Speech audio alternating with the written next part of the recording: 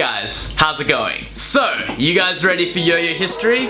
This is my first Caribou Lodge yo-yo review, and it was proudly brought to you by none other than Jonathan himself. Jonathan sent me his personal yo-yo, and this is on the huge Sasquatch 2. Let's get into this. This is kind of my first Caribou Lodge yo-yo review, but just off general yo-yo knowledge, the Sasquatch was kind of another Caribou Lodge yo-yo, and that was kind of a normal sized yo-yo, whereas they made this one really, really big. So for comparison, here's an outlier, and the outlier is just another kind of, you know, regular sized yo-yo, and that's it compared to the Sasquatch. And yeah, it literally dwarfs the outlier, like the outlier could kind of fit inside of it.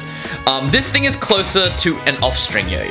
If you compare the Sasquatch, and here's a Jet Set, they're about the same size. So this thing is basically in the off-string kind of bigness. So if you guys want a really big yo-yo, the Sasquatch 2 is one of them, and this kind of just follows the trend. I think Turning Point was kind of the first to like start the movement. I mean, I'm sure there's big yo-yos before, but you know, Turning Point had the whole yo-yo, and then C3 had their Mega Crash, but this is the only one that I've kind of been able to get my hands on.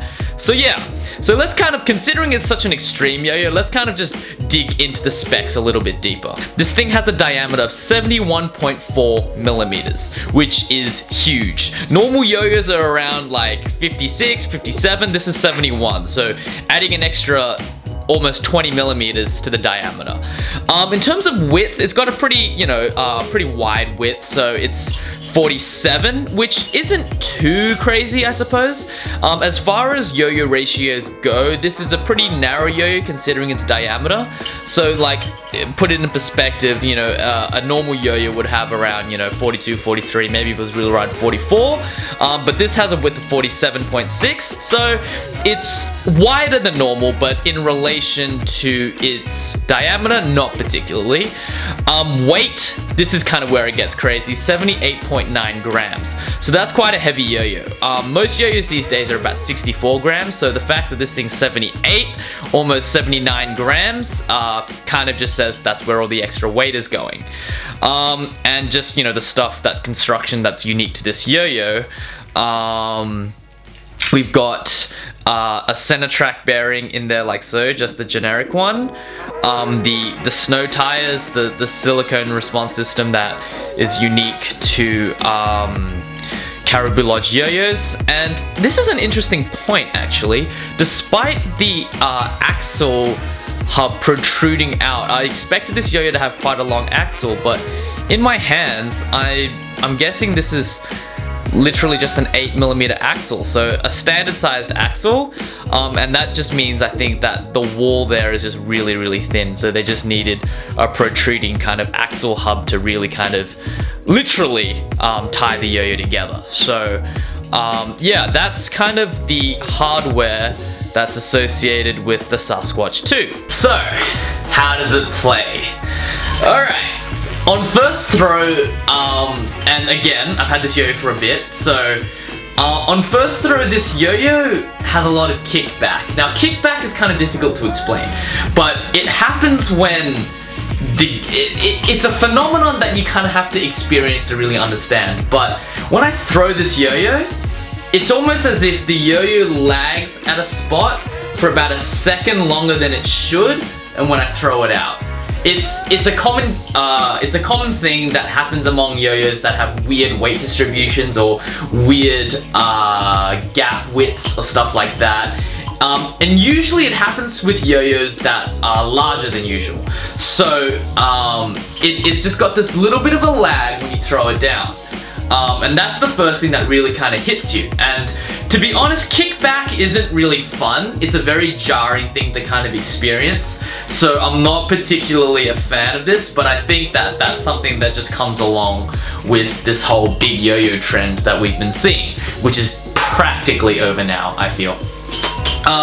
So yeah, that's the first thing. First throw, kickback.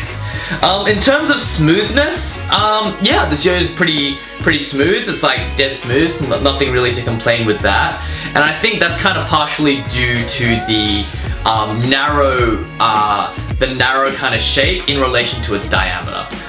Also probably could just, be, the precision that Caribou Lodge would generally manufacture with. But alright, needless to say, this thing is not meant for competition. That being said, Takeshi did kind of compete with one. But yeah, in terms of like optimal performance, you don't really want to be using a yo-yo like this. Alright, so how does it play? A lot of what I'm saying is kind of obvious, but on the string, it's a very, very reluctant mover. So this yo-yo was, I can't really remember how much, in like the 70, 79 gram category, and it plays like it's in the 79 category. So it's really slow, and if you want to move this thing fast, you've really got to crank up, like, to put it into perspective, this is me at my absolute fastest doing my speed combo. Like, it looks so slow. Like, that's what it looks like on a normal yo-yo. But with this larger yo-yo, it's really, really slow. So everything you kind of do is slowed down. So it's a big, slow, heavy kind of yo-yo.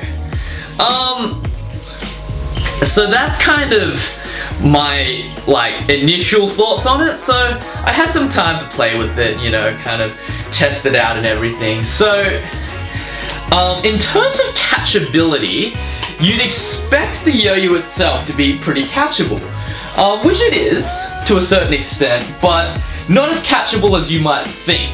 So with this yo-yo, it's more catchable than your average yo-yo, but not as catchable as, say, like a super wide or an Atlas or something like that. So it doesn't really lend itself that well to catchability. That being said, in terms of yo-yo ratios, this yo-yo itself is slightly narrower than usual, so I'm not kind of speaking for all oversized 1A-yos when I say this. I'm just talking about the particular yo-yo. You guys want to see some chopsticks? Let's do this. Chopsticks themselves aren't actually as difficult as you might think. And my hands aren't super big or anything. I think they're like slightly bigger than average, but I can still land most of my chopstick combos on this, so it's not that big of a deal. I'm not really sure why that is. I always thought that the smaller the yo-yo, the easier the chopsticks, but this yo-yo seems to handle chopsticks fine, I guess. One other thing is it's very, very stable. That's something that is there is nothing I can do to get this yo-yo off its axis. This thing will stay on its axis until it dies. Super, super stable yo-yo. And I know you guys are gonna want me to try it, but alright. You guys wanna see some horizontal play on this thing? Let's do it. Oh god, it feels physically dangerous to do this. Oh my god, oh crap, okay. But alright, even that, right, look at the yo-yo. It's still maintaining its axis. So I think the one thing that this yo-yo has that is exceptional over every other yo-yo I've tried is it is stable. It will not move. I can play with this thing quickly, slowly, and basically the axis it's thrown at is pretty much the axis it's gonna stay at. So even with me messing up and throwing it around, the yo-yo is consistently at this axis. And that's kind of just something that, yeah, comes with the yo-yo.